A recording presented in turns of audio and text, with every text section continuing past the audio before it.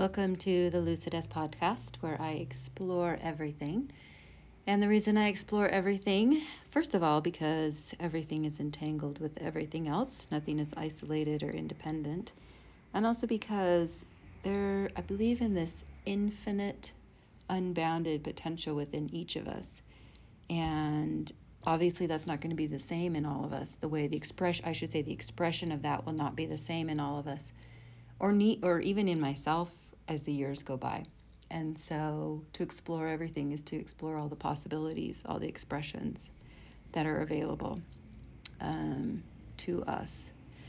So I want to share a journal entry, and I want to share how a journal entry helped me discover a part of myself that had some things it wanted to say to me and some things to share. And hopefully this will help you if you're wanting to begin to explore the different voices inside of you. You can call them voices, personalities, anything like that. I want to begin with a word, though, because I'm going to begin where we're going to end, and that's with the word with, W-I-T-H, with. I often look up words that and you'll see this in my writing as I go about today. When a word really kind of strikes me, I always call it like a kind of a thunder in my chest. When I feel the thunder, I stop and I look at the meaning of the word. I don't look at the meaning, I do not look at the definition. I look at the etymology of a word, and that's kind of its history, where it came from, how it's morphed, its meaning has morphed, how it's been used. I look at its etymology and try to get a broad sense, a broad feeling of the word, as opposed to a very concise definition. And in so doing, I feel like it helps the universe, God, whatever it is that's communicating. I feel like it helps me understand the communication more clearly by broadening my own perspective. So, with. Why this word is so interesting to me is because for me, with has always meant when things come together. But when you look at the history of with, originally it noted opposition, with noted competition, and with noted an entanglement. And only as it morphed over time did with become associated with connection, proximity, harmony, alliance. But it didn't begin that way. Okay, so that's interesting to me. How could a word literally morph 180 degrees? That seems really strange to me. So I think so that was an interesting. We'll get more into that. But just beginning with, we're going to end with. Okay, so I'm going to read some of my journal entry, and we'll go from there. And again, I'm sharing the journal entry to help you show and to share how I use just the free flow of writing to find the voice that really wants to be heard, and then to have a conversation with that voice, that presence, that being. Okay. I feel like crying. No reason, no rhyme. Just feel like crying. So I do. As I write, and I feel all the pressure in my chest, my throat, my pelvis, my pelvic floor, my heart, my voice, my prayer, my praise, my head, my mind. So much pressure to be something I'm not, someone I'm not. I don't even want to be or am. I'm going to serve now, serve in Vipassana, serve life, serve others, serve family. It scares me. I feel weak and helpless when I'm in service. Like others will take advantage of me, abuse me, use me, leave me. If I serve, I am forgotten and forgettable. A no one, nobody. Service is for the weak and ill-minded, those who can't do anything else. Service is for those who care, for those who have concern, those who dream, have faith, and believe in themselves and others. Service is a beacon, a light. I'm trying to read my writing. A drawing in of life, light, and resources. I'm going to read that again since I couldn't read it. Service is a beacon, a light, a drawing in of life, light, and resources for the soul. I'm going to read that again because I need to hear it again. As you can see, I went from service being something quite services. I'm going to start over. I'm not even going to start over. I'm going to read this again because it was so powerful for me that it suddenly flipped on its head. Service is for the weak and ill-minded, those who can't do anything else. Service is for those who care, those who concern. Notice I didn't say those who have concern. I wrote those who concern. Again, that was a thunderbolt word for me, concern. Those who dream, have faith, and believe in themselves and others. Service is a beacon, a light, a drawing in of life, light, and resources for the soul. Service is a balm, a soothing, a prayer, a share, a dream. Service, okay, this is when all of a sudden I realized I needed to go to etymology. So I wrote the word serve, and the words I found in etymology were allegiance, devotion, provide, govern by. And then another word that I had felt a thunderbolt with was dream, because you notice I said dream twice. I was like, what is this word dream? I think I know what it means. I looked it up, and the etymology of dream, one of its oldest meanings, is joy, mirth, merriment, and music. So again, we're talking about service. So the other word that was a thunderbolt for me was concern. The etymology of concern leads us back to words such as touch, belong to, sift together, perceive. So we're talking about service. I'm going to read all those words now in as they apply to service. Service is allegiance, it's devotion, it's provide, it's govern by, it's joy, it's mirth, it's merriment, it's music. Service is touch, belong to, sift together. Service is perceive. Not all of it makes sense, but it's giving me a broader feel of service. I keep journaling. I'm scared to serve. I'm afraid I'll fall behind in my own meditation, in my own Vipassana sitting, that I won't keep up with my meditation and I'll lose my 10-day streak of yearly meditations. I'm afraid of giving away all my hard work, that I'll give it all away and be left standing alone and without all I've done. Giving it all away, nothing left for me. What's in it for me? And that's where I stopped, because I realized I had just heard someone inside of me saying, what's in it for me? And I no longer sort of squash that voice as being bad or wrong. I go, oh, something, a being, a presence, I don't know, inside of me is saying, what's in it for me?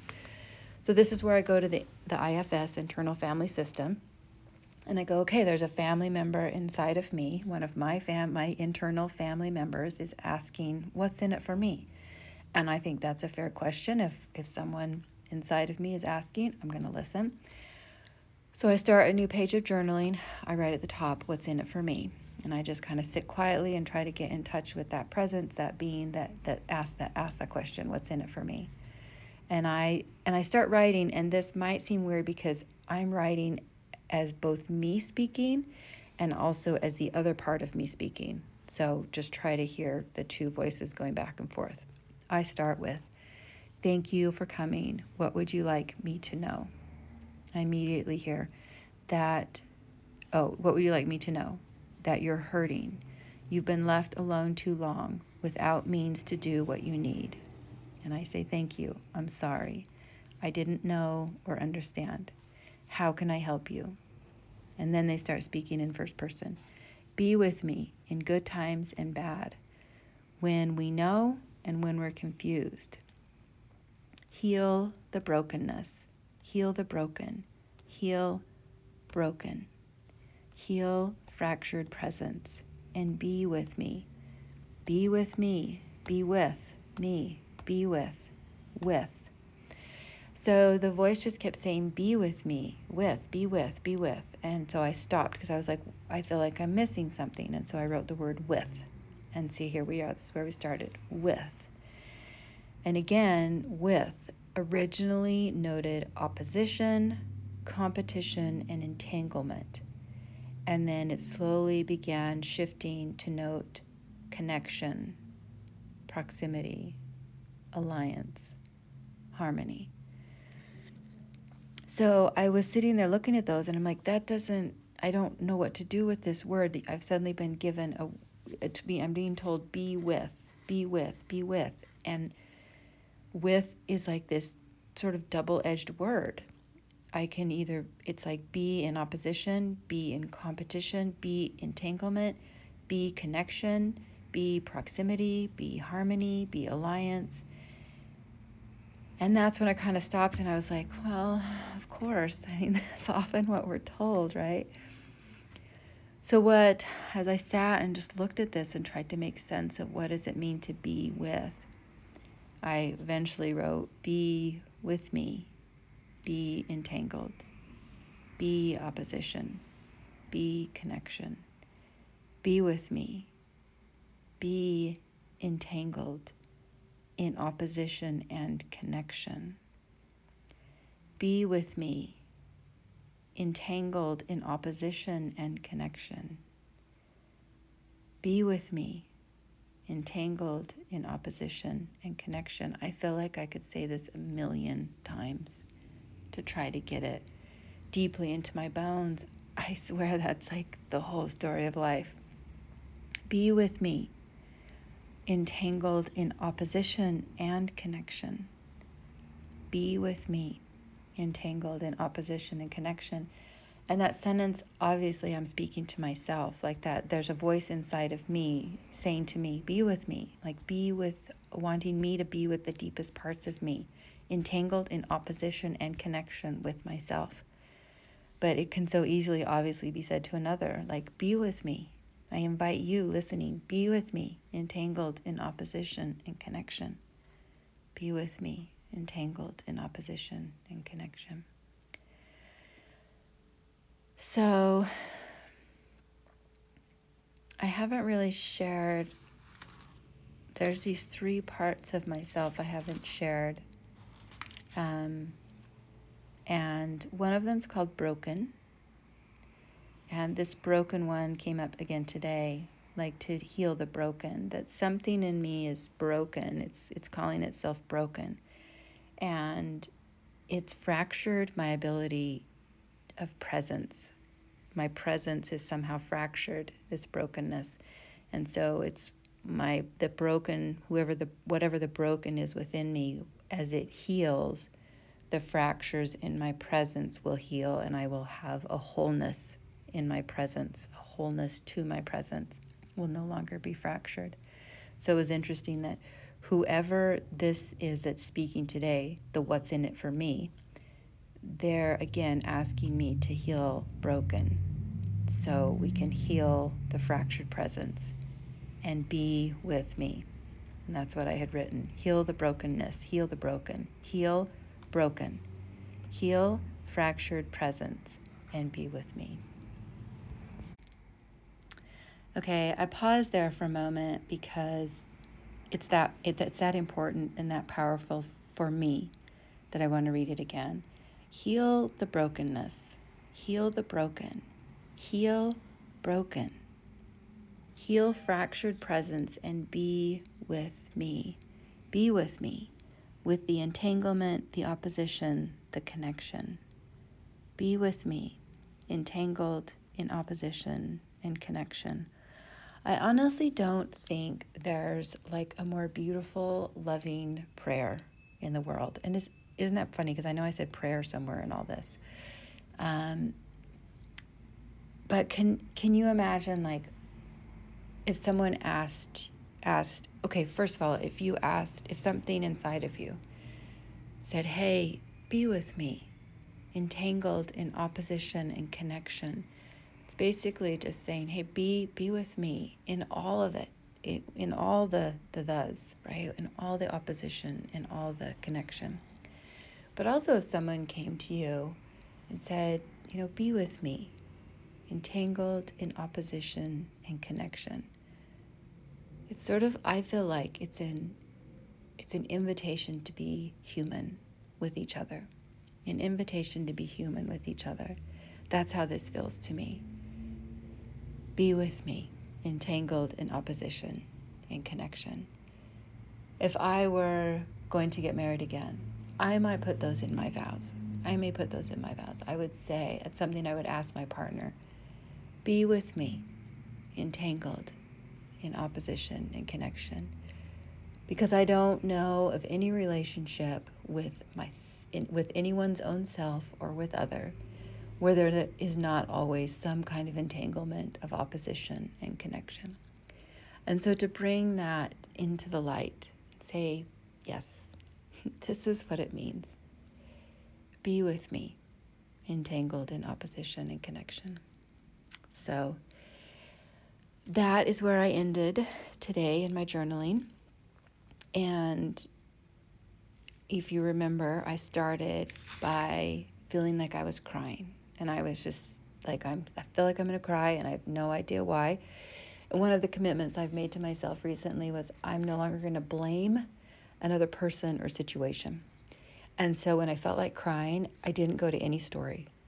I didn't go to any person or any story. I just immediately was like, put it down on paper, try to figure out how to resolve this within yourself in a peaceable way that does not blame anyone else. So I just started with, I feel like crying, no reason, no rhyme, just feel like crying. So I do. And I did. I started crying as I write, and I feel all the pressure. So this is my way of holding myself to an immense amount of responsibility. And also, by doing so, I am uncovering, rediscovering, remembering parts of me. As you remember, that part of me said, you've left me alone too long without means to do what I need to do. That's what this part of me said to me at some point, which I'm not even sure what this part is. All I know is that it's asking me again to, and I don't know how to heal the broken. I don't know how to heal the fractured presence. But I do understand when it says, be with me, entangled in opposition and connection. I feel like it's giving me the first few steps of the roadmap, which I don't understand exactly how to do what, all that's being asked of me. But I do know how to be with me, entangled in opposition and connection. And I feel like the invitation is to more deeply be with the messy, whatever that is. And that through that, I'll find the next step to healing my fractured presence, to healing whatever brokenness is inside of me. So I'm hoping that somehow in all of this, there's something, a little gem for you to take away. And also bringing the power of my voice to my own process is in service of all of us.